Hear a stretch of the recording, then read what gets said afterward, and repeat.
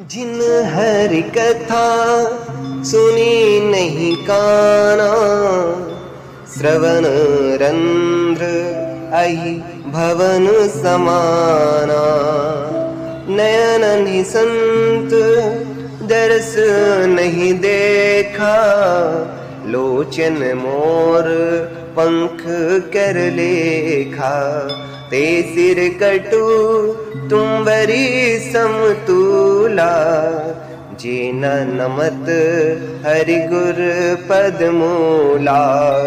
जिन हरि भगति हृदय नहीं आनी, जीवत सब समान ते प्राणी।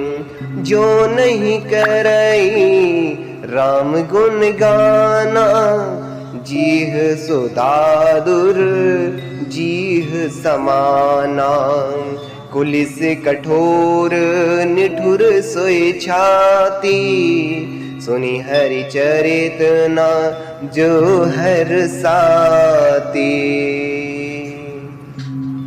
रामचरितमानस के प्रिय रसिक जन गोस्वामी तुलसीदास जी लिख रहे हैं, भगवान भोलेनाथ जी कह रहे हैं कि जिन्होंने कभी अपने कानों से भगवान की कथा नहीं सुनी, उनके कानों के छिद्र कैसे हैं? सांप के बिल के समान हैं।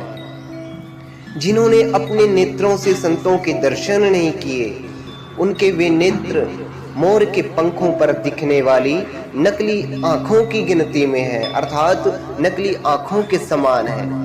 वे सिर कड़वी तुम्बी के समान है, जो श्री हरि और गुरु के चरण तल पर नहीं झुकते।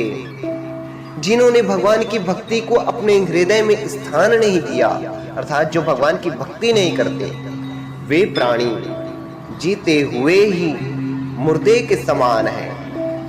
जो जीव श्री रामचंद्र जी के गुणों का गान नहीं करती, वह मेढक की जीव के समान है।